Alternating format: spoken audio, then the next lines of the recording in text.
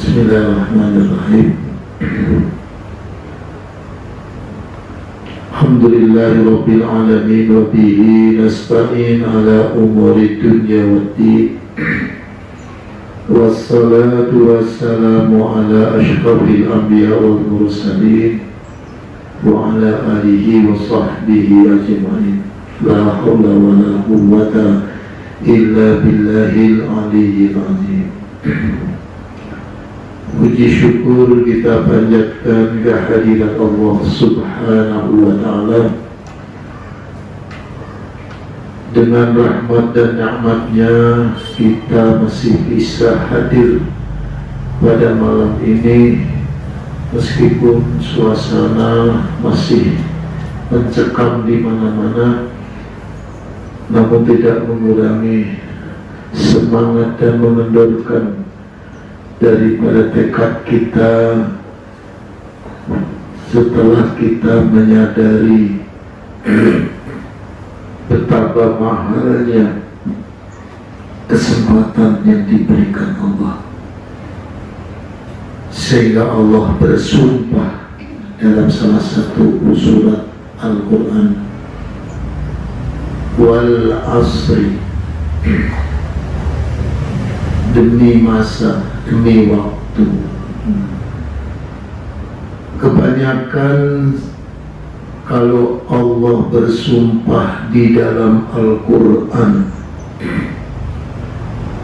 baik walaili idza saja wa nahari idza tajalla, atau wadduha walaili idza saja ma wadda'aka rabbuka wa ma qala. Banyak sekali sumpah-sumpah Allah yang tercantum dalam Al-Quran. Rata-rata ayat yang berada setelah sumpah adalah perkara-perkara yang sangat penting untuk diperhatikan sampai Allah bersumpah. Wal asri salah satu di antara sumpah yang masyhur kita baca dalam sholat maupun lainnya. Innal insana lafi husrin. Kalau Allah sudah bersumpah dan setelah sumpah menyebut bahwa sesungguhnya manusia dalam kerugian. Jadi kerugian dihubungkan dengan waktu ini menurut para ulama karena banyak manusia yang menyia-nyiakan kesempatan, yang menghambur-hamburkan umur. Nah, kita tentu paham, bahkan kita juga mungkin masih termasuk di antara orang yang masih suka menghambur-hamburkan kesempatan. Berapa banyak orang yang minta diberikan umur yang panjang, seperti Allahumma tawwil umurana, Allahumma tawwil umurana, ya Allah panjangkan umur kami, panjangkan usia kami. Betul atau tidak? Mari kita renungkan pengertian doa itu. Kalau umat-umat dulu sudah sering dijelaskan umurnya memang panjang-panjang, macam Nabi Adam kabar 1000 tahun, macam Nabi Nuh 950 tahun disebut dalam Al-Quran beliau dakwah. Padahal dakwah itu tidak dimulai dari lahir. Kira-kira umur berapa? Ya hampir 1000 tahun lagi. Berapa umurnya Nabi Ibrahim, berapa umurnya Nabi Musa, tapi umurnya umat Nabi Muhammad memang terkenal disebutkan inna a'mara ummati ma baina sittina wa sab'in. Umur umatku antara 60 sampai 70. Nah, ini yang paling banyak rata-rata. Kadang-kadang banyak yang belum sampai 60. Ya, anak-anak muda banyak yang meninggal entah karena kecelakaan, ngebut-ngebutan, entah karena obat-obatan ataupun faktor-faktor yang lain. Sebenarnya kalau kita mau mendata, banyak juga yang kurang dari 60. Nah, tetapi kalau kita dengarkan pengumuman kematian tiap pada subuh dari masjid ataupun musola, rata-rata berkisar baina sittina wa sab'in, antara 60 sampai 70. Memang ada yang lebih. Kemarin tanya berapa umur Bapak? 72. Alhamdulillah masih gagah. Di Taman Modern ada jamaah mantan pasukan pensiunan angkatan masih sehat. Berapa umur Bapak? 72. Saya sampai ngiri, obatnya apa sih? Udah tua kok masih sehat. Ada yang lebih.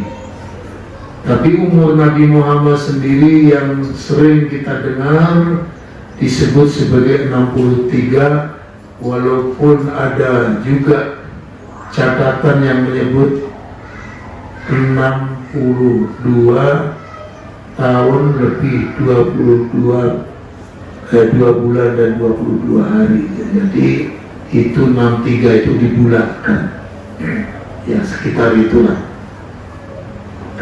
Nah, jadi apa hubungan dengan doa Allahumma tawwil umurana, panjangkan umur kami ya Allah.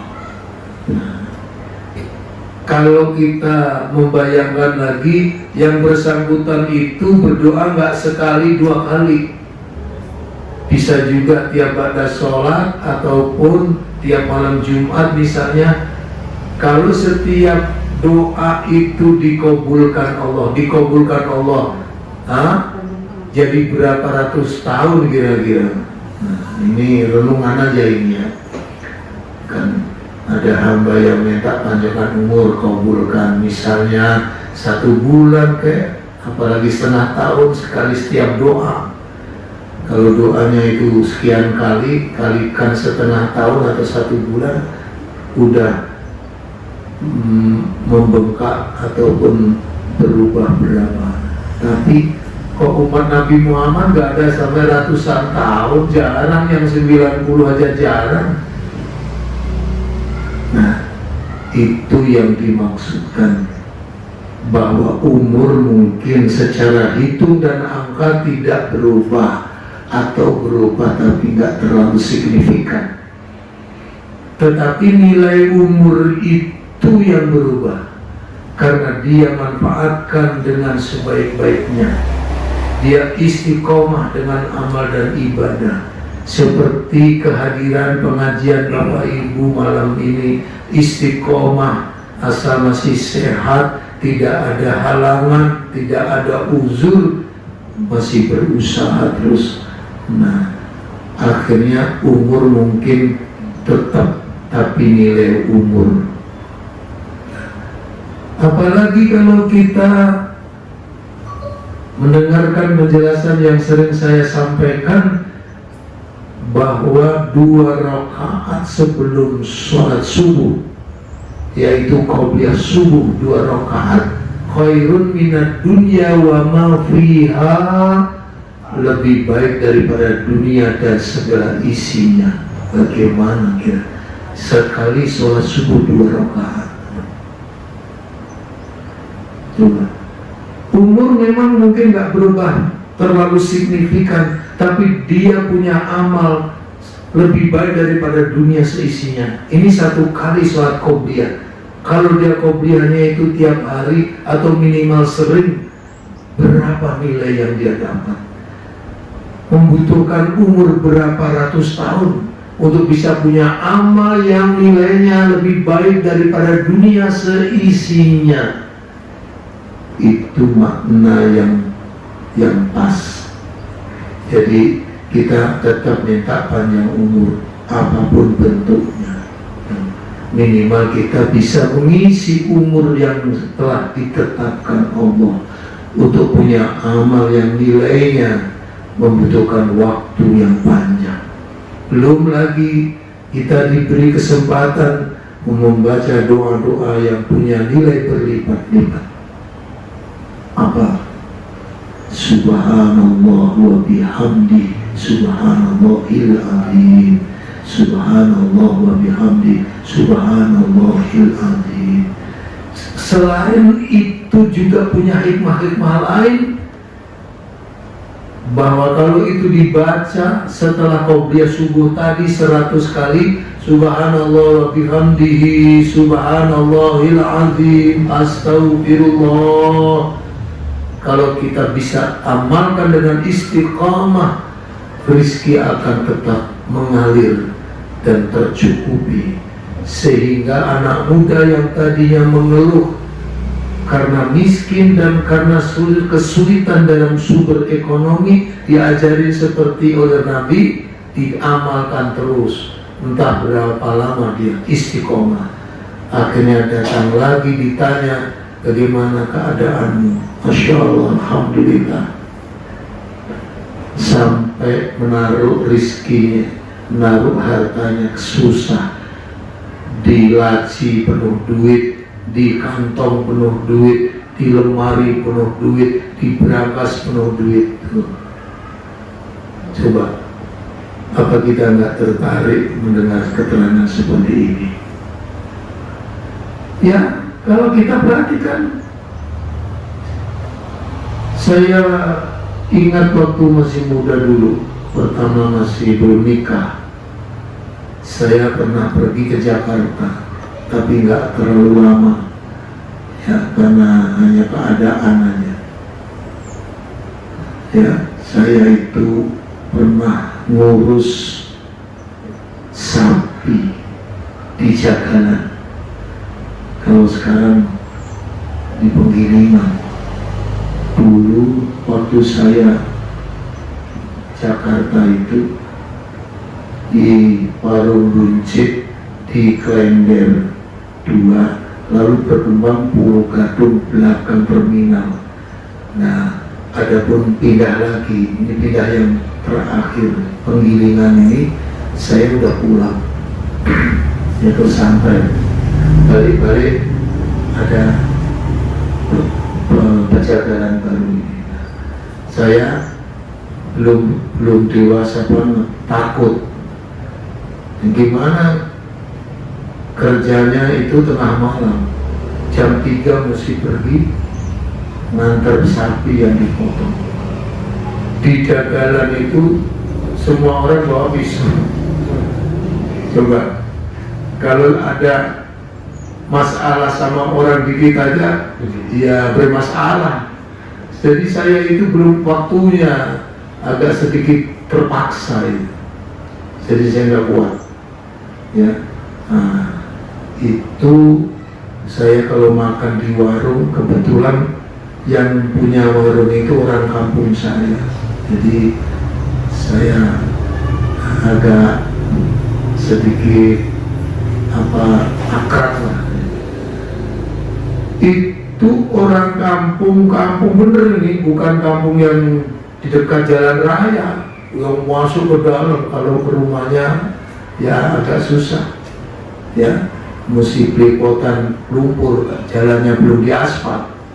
Nah, tapi kok punya warung, warungnya itu nebeng sama tanah orang kaya di Warung Buncit itu. Ada kayaknya, menurut perkiraan saya, pemborongnya. Saya lihat di dalamnya itu banyak alat-alat berat. Lah itu pinggir jalan ada sisa tanah gitu. Lah orangnya baik juga, orang nggak nyewa. Ya pakai aja, yang penting dijaga kebersihannya. Mas sekali-kali si punya warung itu ngirim makanan, ya sebagai rasa syukurnya. Itu Masya Allah, masakannya mungkin ya enak biasa, orang kampung ya kan, ya enak ya bersih, sehingga banyak sekali orang yang makan di warung itu, termasuk orang-orang yang kerja di jagalan itu bisa dihitung juga. Yang ngangon sapi, yang jualan rumput, saya lihat di situ, yang motong sapinya, dan pokoknya nggak pernah sepi di warung ini. Delalah saya udah tua ini, udah pergi ke Jakarta yang kedua ini sudah jadi pembimbing haji tahun 2000 berapa ya? 2014 atau 13 ya. Iya 13an itu. Ketemu sama yang punya warung, pergi haji satu hotel. Gak sengaja dia berangkat dari Jawa Timur. Mbah, kok bisa nyampe sini? Jadi saking kagetnya ngomongnya kayak orang gimana, kok bisa sampai sini, ini bahasa apa ini? Maksud saya udah berapa puluh tahun gitu. Nah, saya punya utang nggak, Bah? Kadang-kadang saya pernah, kan warung itu kan ada yang ngutang gitu kan, ditulis, ya kan, namanya orang kecil ya kan. Saya punya utang apa enggak, Bah? Mumpung ketemu udah, kalau ada saya ikhlasin dan alhamdulillah gitu. Nah itu terus dia baru cerita, gimana sih Mbah, saya melihat kok warung Mbah itu rame kayak gitu, saben hari motong ayam. Tahu waktu itu belum ada horeng gitu, belum ada ayam ini kota, ayam kampung semua ya. Jadi kalau motong tuh di depan warung sama anak-anak dibantu ini, itu ayam kampung semua, digoreng.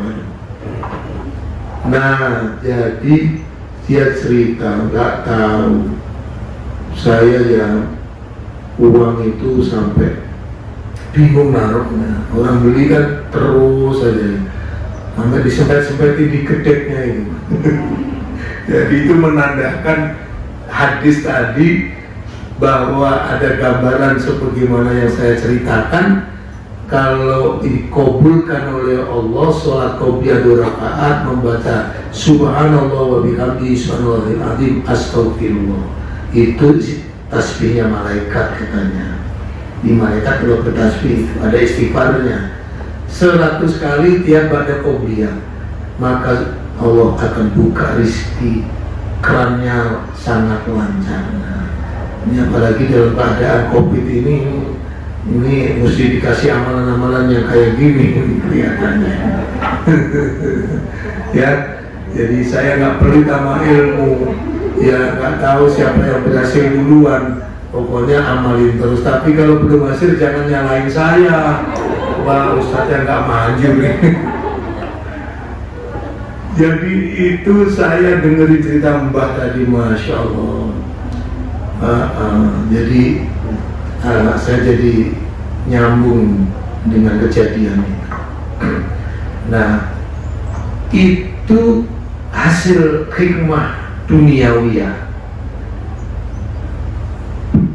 Sementara di akhirat sendiri, dalam hadis yang lain yang sering ibu dan bapak mendengarkan, kalimatani khafifatani 'alal lisan saqilatani fil mizan habibatani 'indar rahman subhanallah wa bihamdihi subhanallahil azim. Ada 2 kalimat yang ringan diucapkan di lidah, tapi dia berat bobotnya di timbangan. Dan 2 kalimat itu yang paling dicintai yang Maha Rahman, yaitu subhanallah wa bihamdihi subhanallahil azim. Coba kalau tiap sholat sempetin duduk dulu, jangan buru-buru pergi, baca subhanallah wa bihamdihi subhanallahil azim. Oh, di rumah kayak di jalan kayak di mobil kayak, berapa nilainya? Ini yang dimaksudkan umur panjang tadi. Jadi jangan sampai salah paham. Udah doa Allahumma tawi umurana, kok meninggalnya juga nggak terlalu tua. Syekh Ali Jabir meninggal, Habib Ali Abdurrahman Tebet, itu guru saya juga meninggal. Banyak belum yang di Jawa Timur, di Kediri, di Pasuruan, baik kiai, baik habib. Ini bulan Januari ini bulan musibah menurut istilah saya, karena banyak peristiwa, meletus gunung, banjir, longsor, meledak pesawat, terus banjir Kalimantan, gempa bumi lagi, di mana tuh? Sulawesi apa mana? Banjir puncak. Puncak, la ilaha illallah. Ini yang Januari. Mudah-mudahan ya, mudah-mudahan bulan Februari kita diselamatkan semua oleh Allah dan seterusnya. Jadi itu pada jamaah wal asri innal insana itu menjadi terasa. Kok sampai Allah sumpah, habis sumpah menyatakan innal insana lafi khusrin, sungguh manusia itu berada dalam kerugian. Ruginya di mana? Umur yang sangat mahal banyak dihambur-hamburkan. Maka kita terus walaupun masih kurang, ya, belum sempurna, tapi tidak putus asa. Apa yang bisa kita lakukan? Ngaji, jamaah, baca Quran, baca selawat, baca tasbih, ataupun yang lain-lain. Pokoknya semuanya mohon diridhoi oleh Allah Subhanahu wa ta'ala. Nah, para jamaah yang dirahmati Allah, makanya yang tidak rugi itu lalu disebutkan dalam ayat berikutnya, illal ladzina amanu wa amilus sholihat wa tawasaw bil haq wa tawasaw bis sabr. Jadi kalau hidup ini ngantongi 4 perkara ini yang tidak akan rugi. Amanu, iman udah, semuanya kita sudah beriman. Cuman wa'amilu sholihahnya ini, orang jangan cuma membanggakan sudah beriman, sudah amalnya gimana? Seperti keterangan tadi itu, wa'amilu sholihah. Ditambah lagi watawasaw bil haq watawasaw bis sabr. Saling berwasiat, maksudnya saling mengingatkan, maksudnya saling menasihati tentang kebenaran. Nah, ini kan ngaji ini kan kita bicara tentang kebenaran.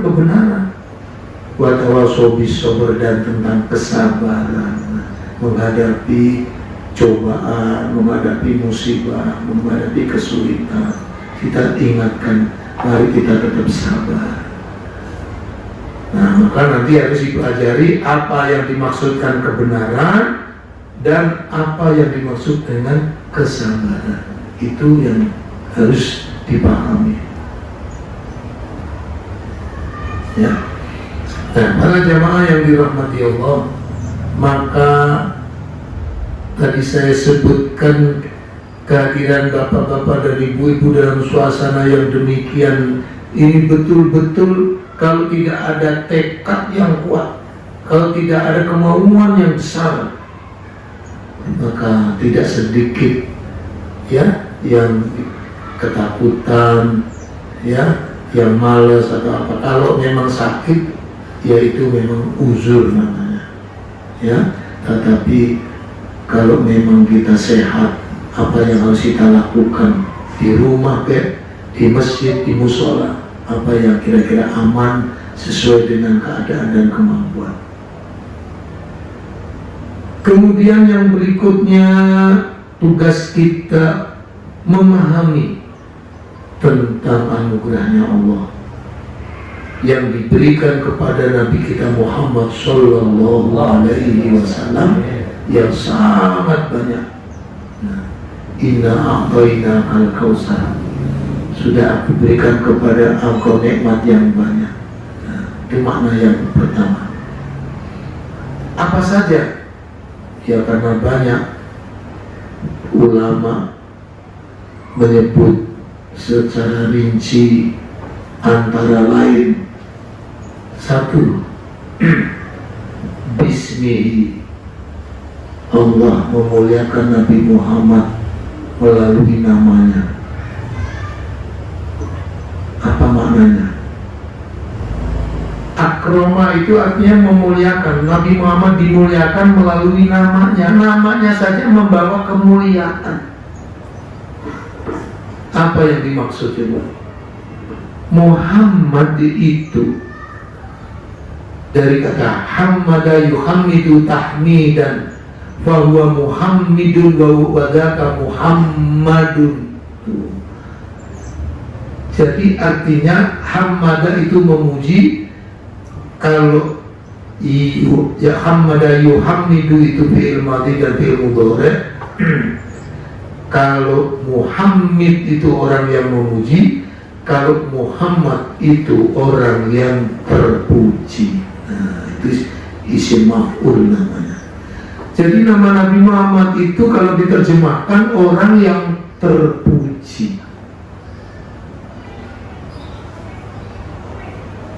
Wa akatuhu lailata maulidi asiyatu wa maryamu lailati maulidi inis watim minal khadiratil qudsiyah.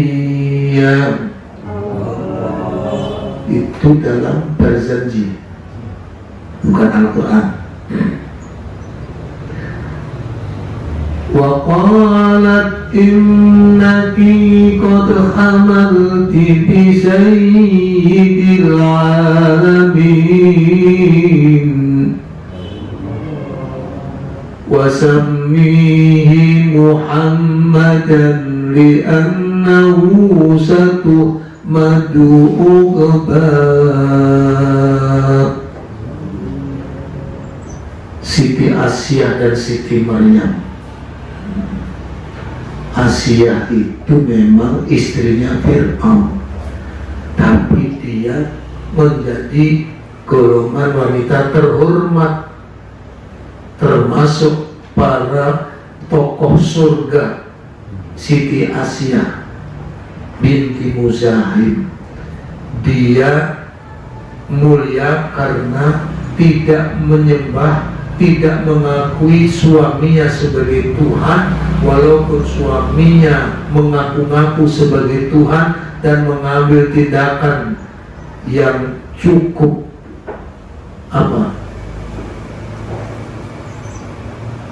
membunuh bayi-bayi yang lahir. Itu dilakukan suaminya karena gara-gara ahli nujum dan paranormalnya ditanya, ketika Fir'aun mimpi ada sebuah batu yang datang dari arah Palestina menuju Mesir, menabrak kerajaannya dan hancur berantakan. Itu mimpinya Fir'aun. Gara-gara itu para paranormal dukunnya menjawab, akan datang seseorang dari arah Palestina yang artinya akan menghancurkan, meluluh letakkan kerajaan dan kekuasaan Fir'aun.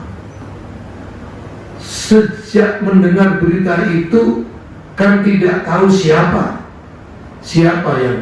yang akan menghancurkan kerajaan, ya, yang meluluh lantakkan kekuasaan Fir'aun. Cuman dugaan ataupun tafsiran daripada paranormal. Wah, ini daripada kecolongan istilahnya.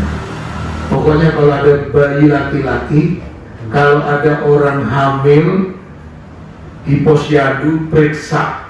Kalau ada orang hamil catat nanti pada waktu lahir diperiksa bayinya laki-laki apa perempuan. Kalau perempuan biarin, tapi kalau laki-laki langsung dibunuh. Itulah kekejaman Firaun. Nabi Musa lahir pada saat itu, gitu kan? Nah, coba, dia kan termasuk orang yang terancam keselamatannya, tapi karena dia memang direncanakan akan menjadi seorang nabi, pasti Allah dengan segala caranya bisa menyelamatkan. Nah, saya nggak ceritakan itu karena sudah pernah saya ceritakan. Dan itu para jemaah harus berpikir panjang. Kenapa? Lah Musa yang ditakuti oleh ibunya kalau ketangkep dihanyutkan di sungai, malah larinya ke kerajaan Firaun. Jadi anak-anaknya Firaun itu kan, kalau menurut bapak-bapak bagaimana? Mau bisa selamat? Itu kan ulo marani pentung. Ulo marani pentung, kata orang Jawa. Jadi ular deketin gebukan, bukannya ngumpet, malah marani orang yang nyari. Nah, tapi kenapa kau selamat? Nah, udah sering saya ceritakan di angan-angan. Siti Asiyah itu nggak percaya kalau suaminya Tuhan. Dia menyembunyikan imannya, tuh, ya kan? Jadi diam-diam dia percaya kepada Allah walaupun dia belum mengerti betul. Hanya ada pencipta, Fataras samawati wal ardo hanifan muslimah wa ma ana minal musyrikin, yang menciptakan langit dan bumi. Kan secara Nabi Ibrahim ketika melihat bintang, oh ini Tuhanku. Begitu bintangnya padam, tidak mungkin Tuhan padam. Bagaimana makhluknya nasibnya kalau Tuhan sirna. Normal bulan, wah ini lebih terang, lebih indah, pasti ini Tuhan. Giliran siang lenyap, kalah sama matahari. Normal matahari, ini ya Tuhan lebih besar. Maghrib hilang. Tapi siapa? Dia cuma yakin dengan keimanannya bahwa ada penguasa tunggal yang menciptakan seluruh alam semesta, yang menciptakan bintang, yang menciptakan bulan, yang menciptakan matahari dan seluruh isi alam semesta. Maka dia hanya mengatakan, inni wajjahtu wajhiya lilladzi fataras samawati wal ardo. Aku hadapkan jiwa ragaku kepada yang menciptakan bumi dan langit dan segala isinya. Dia belum tahu namanya. Maka baru di zaman Nabi Muhammad turun, kul huwallahu ahad. Katakanlah dia itu adalah Allah. Kita yang nasibnya baik, baik bertahu namanya. Coba Nabi Ibrahim dengan cara apa? Hanya bimbingan insting hidayah Allah, dia tidak bisa menyebut namanya pertama kali. Seperti itu diceritakan dalam Al-Quran, ya kan? Nah, Nabi Muhammad SAW setelah malam kelahirannya, Siti Asiyah tadi yang menyimpan imannya cuman ketahuan, entah karena dia menyebut namanya, kedengaran suaminya, lalu ditanya, apakah kamu punya Tuhan selain aku? Nah, di situ dia nggak bisa bohong. Mau ngomong apa? Ya, segala resiko. Istri atau permaisuri yang dicintainya mau diambil tindakan apa? Dia tegas, ya, aku beriman kepada pencipta langit dan bumi. Ambil batu Firaun, batu yang besar diangkat, dikeprokan di kepala istrinya. Tapi menurut para ulama, para ahli tafsir, Allah sudah wafatkan Siti Asiyah sebelum batu menyentuh kepalanya. Walaupun secara lahiriah dia memang berlumuran darah karena dihajar dengan batu besar, tapi itu tinggal jasadnya, ruhnya sudah diangkat oleh Allah. Jadi kalau kita menanggapi korban Sriwijaya meledak atau tenggelam yang ditemukan kakinya oleh nelayan di Kepulauan Seribu, ada yang menemukan ini ya, diidentifikasi di rumah sakit Polri, kita juga mempunyai husnuzon kalau memang Allah selamatkan, walaupun kondisi secara lahiriah mungkin memilukan, tetapi kalau Allah muliakan seperti Siti Aisyah. Lalu dia datang pada malam lahirnya Nabi Muhammad sallallahu alaihi wasallam kepada Siti Aminatul Zuhriyah yang sedang mengandung Nabi Muhammad. Di malam kelahirannya datanglah Siti Aisyah bersama Siti Maryam. Tuh. Ini yang datang ini bukan fisiknya. Tuh. Bersama dengan niswatin minal hadiratil qudusiyah, dengan wanita-wanita yang datang dari negeri yang suci. Itu arwah. Jadi wanita-wanita yang datang di bawah pimpinan Siti Aisyah dan Siti Maryam. Siti Maryam itu adalah ibunya Nabi Isa yang juga hamil tanpa suami. Nah, datang pada malam kelahiran Nabi Muhammad SAW didampingi para wanita-wanita yang suci. Jadi ruhnya wanita-wanita yang sudah wafat, orang-orang terhormat, membesuk Siti Aminah sambil pertama membawa berita, innaki qad hamalti bi sayyidil alamin, sesungguhnya engkau telah mengandung sayyidil alamin, penghulu seluruh alam semesta, yaitu Nabi Muhammad sallallahu alaihi wasallam. Waktu itu masih di perut, sudah dapat berita. Kamu harus tahu, di dalam perutmu bukan sembarangan orang. Dia adalah pemimpin, dia adalah penghulu, dia adalah sayyid seluruh alam semesta. Wasammihi Muhammadan fa innahu satuhmadu uqbah. Berilah ia nanti kalau sudah lahir nama Muhammad, karena dia akan terpuji sepanjang masa. Coba. Makanya kalau belum dikaji, ya belum ngerti, belum paham. Ya. Jadi ibu-ibu ini kebanyakan pada hafal, ya, pada hafal berjadi, tetapi kadang-kadang pengertiannya ini belum sempat dipelajari secara mendalam. Ya. Nah, ini tahu satu madu ubah. Sekarang bagaimana Bapak Ibu tidak semakin bertambah-tambah keimanan dan keyakinannya setelah melihat dan mendengar sendiri dengan mata kepala siapa manusia di alam dunia ini. Tolong carikan contoh yang paling banyak dipuji kecuali Nabi besar Muhammad sallallahu alaihi wasallam. Carikan Presiden Amerika dari yang pertama terus sampai Lincoln, terus sampai Abraham Lincoln, sampai siapa dulu? Coba, apa ada orang nyebut-nyebut namanya seperti disebutnya Nabi Muhammad?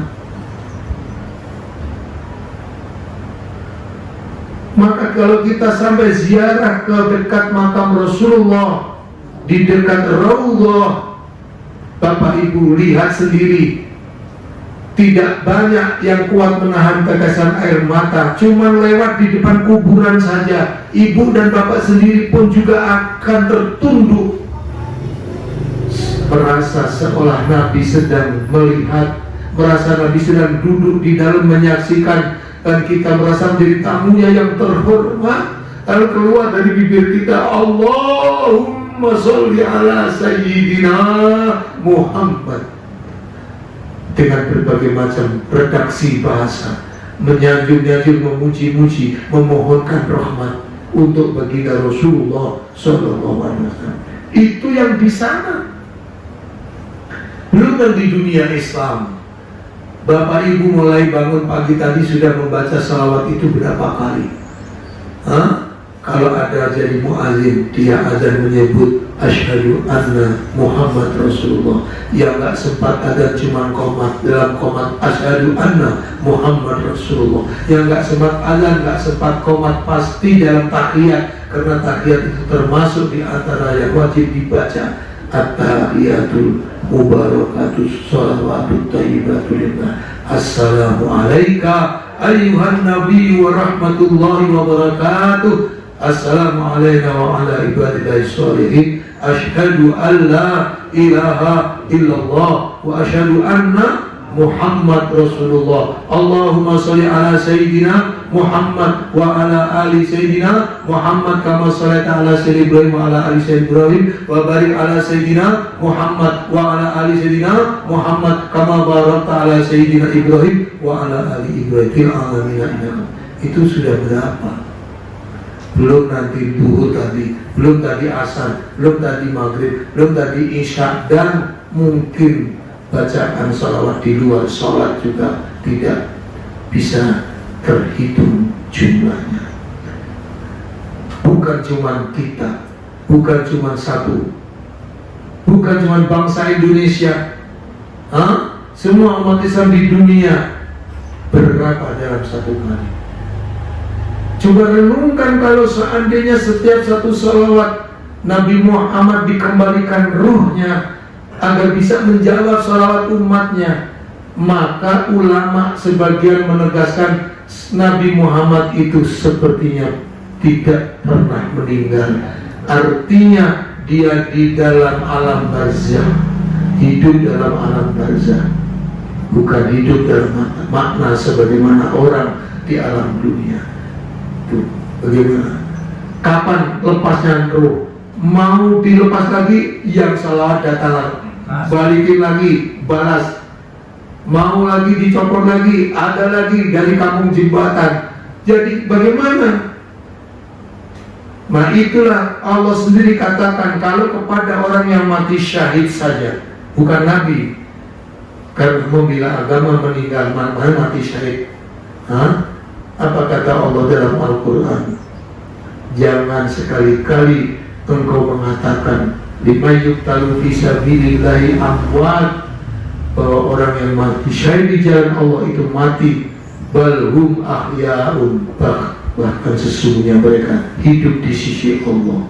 Nah, hidup di alam barzakh. Dan seperti ini memang tidak mudah, ya. Jadi kalau bagian orang nggak mampu, gagal paham namanya, lalu nggak terima atau menganggap bid'ah karena ketidakmampuan memahami, dia hanya sebatas akal yang kecil saja, tetapi tidak dipahami secara hakikatnya. Nah, itu para jamaah baru satu melalui nama.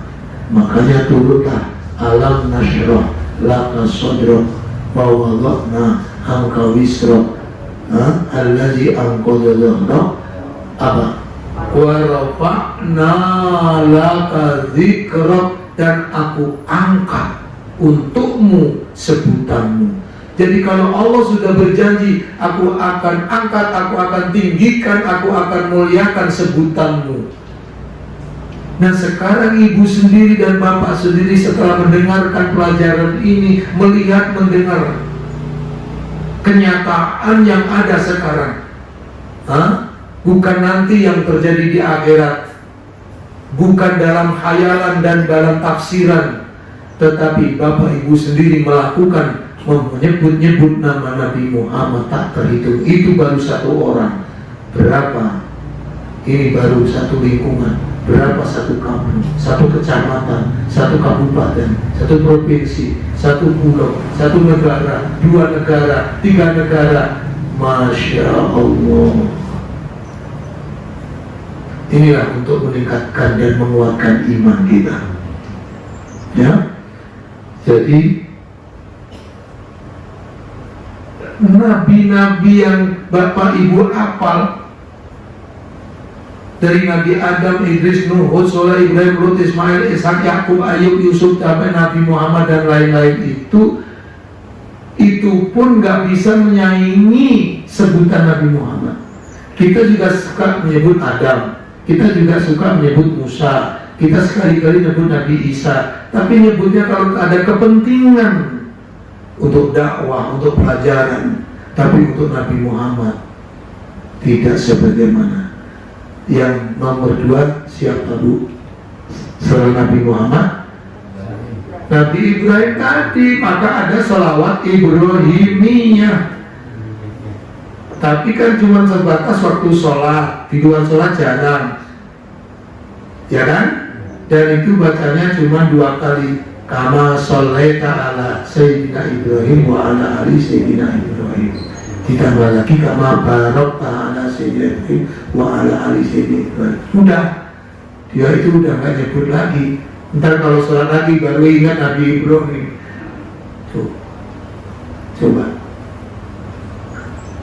Tapi Bapak Ibu harus paham, walaupun Nabi Ibrahim disebut 2 kali karena memang kita ini bukan umat Nabi Ibrahim, kita umat Nabi Muhammad, tetapi sangat erat hubungan antara Nabi Muhammad dan Nabi Ibrahim. Maka tidak disebut kama sholata ala Nuh, kama sholata ala Musa. Nabi Adam yang paling tua pertama kali bapaknya manusia juga kama sholata ala Nabi Adam. Enggak, karena satu, agama yang dilakukan oleh Nabi Muhammad dan diajarkan kepada umatnya ini, kata Allah, bersumber dari Nabi Ibrahim. Maksudnya Nabi yang sudah lengkap syariatnya. Di dalam Quran disebutkan anit tabi millata Ibrahim, ikutilah agama Ibrahim. Ada sunat dimulai dari Nabi Ibrahim pakai kampak katanya. Ada haji dimulai dari Nabi Ibrahim. Bahkan yang membangun Ka'bah ya sudah sering disebut-sebut Nabi Ibrahim ketika Ka'bah ketutup tanah gara-gara banjir topan, Nabi Nuh. Ada syariat kurban dimulai Nabi Ibrahim menyembelih putranya Nabi Ismail, dan ada pernikahan yang lengkap. Tapi untuk syariat Nabi Muhammad lebih sempurna lagi, lebih lengkap lagi. Tapi pokok-pokoknya itu dimulai dari Nabi Ibrahim. Ya sekarang gini aja Ibu, Nabi Adam itu ya Nabi, tetapi dia belum punya umat. Jadi siapa yang dibimbing? Anaknya. Yang makanya yang sering diceritakan Qabil, Habil, Ikrimah, Abuza, ya belum ada orang. Mau ngajarin siapa? Nah, Nabi Idris diangkat ke langit, ya kan? Nah mulai agak banyak Nabi Nuh, tapi kejadiannya tragis. Orang diajari sampai berapa tadi? 950 tahun cuma dapat orang 80. Gimana? Gimana mau ngajarin lengkap? Orang didakwai saja ditutup telinganya, ditutup wajahnya meledek. Itu umatnya Nabi Ibrahim. Dimintakan ampun, umatnya Nabi Nuh dimintakan ampun, ya kan? Karena bandel-bandel kayak itu, sebenarnya Nabi Nuh sayang, dimintakan ampun, malah ditutupi telinganya, gedek, ya kan? Ditutupi dengan kain, dan sombong sesombong-sombongnya. Ya hilanglah, habislah kesabaran Nabi Nuh. Minta jangan disisakan orang kafir, jangan dibiarkan berkeliaran di muka bumi. Karena mereka setiap melahirkan orang-orang yang kafiran fajaro, ya, kafiran fajaro, yang kafir, yang durhaka, dituruti sama Allah tajir itu. Lalu apa? Nabi Ibrahim. Nah, kama sholaita ya Allah, berikanlah sholawat kepada Nabi Muhammad sebagaimana sholawat yang pernah kau berikan kepada Nabi Ibrahim dan keluarganya. Berikanlah berkah kepada Nabi Muhammad sebagaimana berkah yang telah kau berikan kepada Nabi Ibrahim dan keluarganya. Paham nggak kalimat itu? Nabi Ibrahim itu diberikan rahmat yang sangat besar, diberikan berkah yang luar biasa. Coba, keturunan Nabi Ibrahim yang berasal dari Nabi Ishak turun-temurun keluar Nabi Isa, yang Nabi Ismail turun-temurun orang suci-suci. Nggak ada satupun keturunan dari Nabi Ismail yang ujungnya lahir Nabi Muhammad, tidak ada satupun yang berbuat zina. Coba, nasabun tahsibul ula sibul ula bikulahu qallatadha nujumahaz dauzaku hafizul ilahu karamatan li Muhammadin aba'ahul amjada saunan li ismihi taraku sifaha falam yusibhum aruhu min adamin wa ila abihi wa ummihi. Jadi keturunan nasab Nabi Muhammad dijaga oleh Allah sejak Nabi Adam sampai bapak dan ibunya semua meninggalkan perbuatan zina untuk menjaga kemuliaan Nabi Muhammad. Coba, jadi Nabi Muhammad nggak ada cacatnya. Seandainya ada di antara nenek moyangnya itu yang berbuat, nanti jadi celah, anaknya orang ini. Coba, itu kalau mengerti sejarah daripada Nabi Muhammad Sallallahu Alaihi Wasallam. Berkah yang dari Nabi Ishak kan lahir siapa? Ibrahim, Lut, Ismail, Ishak, Yakub, Ayub, Yusuf, Dawud, Sulaiman. Itu yang Nabi Yakub itu keturunan Nabi Ibrahim. Lahirlah orang-orang besar, walaupun sebagian itu ada orang yang namanya Yahuda, ya kan, yang kemudian dijadikan simbol Yahudi, itu dari nama salah seorang anak Nabi Yakub. Tetapi walaupun demikian ada satu di antara berapa? 11, ya kan? 12 dengan Nabi Yusuf kan? Itu yang jadi nabi, yaitu Nabi Yusuf. Dan yang 12 ini dimintakan ampun kepada ayahnya Nabi Yakub setelah mereka merasa bersalah. Karena apa? Ketahuan Nabi Yakub anaknya Nabi Yakub itu punya rencana karena hasud. Nabi Yakub paling ganteng, disayang sama bapaknya. Nah, ini pelajaran kan, jangan sampai kelihatan membeda-bedakan anak, ya kan? Walaupun pasti manusia itu punya kecenderungan, ya kan? Nah, nanti dengar saudaranya lalu hasud, iri. Kalau irinya nggak teratasi, timbul kejahatan.